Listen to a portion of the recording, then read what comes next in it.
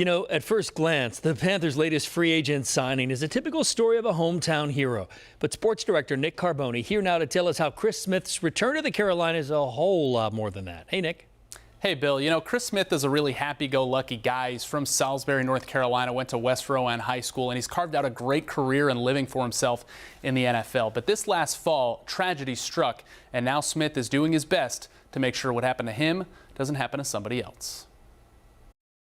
Growing up as a kid, playing football since she was in third grade, you always want to play for the home team. After 6 seasons with Jacksonville, Cincinnati, and Cleveland, Chris Smith is coming home, signing a 1-year contract with the Panthers. It's like a dream come true. It still hasn't hit me yet. But the last year has been less of a dream for Smith and more of a nightmare for the 28-year-old.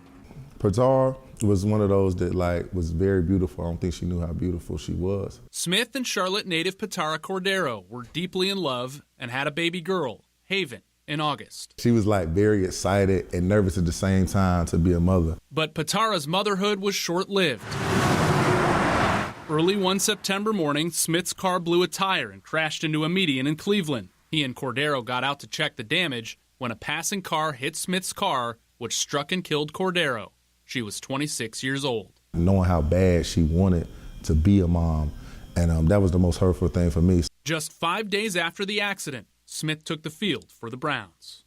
In life, you don't know when is your last day. In football, you don't know when is your last play. So you got to live every day to the fullest. Smith is also trying to help save the lives of others. He's teamed up with a company called Emergency Safety Solutions and is trying to push car makers to install more effective hazard lights. ESS mode. He told me if I had these lights, Haven would have a mother. I don't wish that on my worst enemy to go through what I went through. Haven, now 7 months old, reminds Chris of Petara, and he knows she'll ask about her someday. That's probably going to be one of the toughest talks, that probably I'm going to cry again.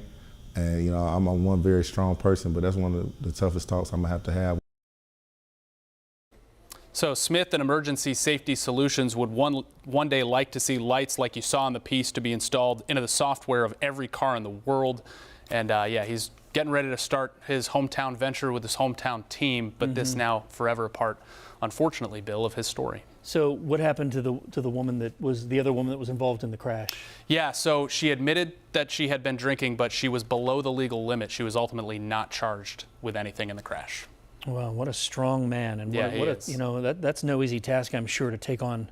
Got a lot of family support, right. especially being from Salisbury, and that's part of why it's a blessing for him to be home now. Sure is. All right, Nick, thank you very much.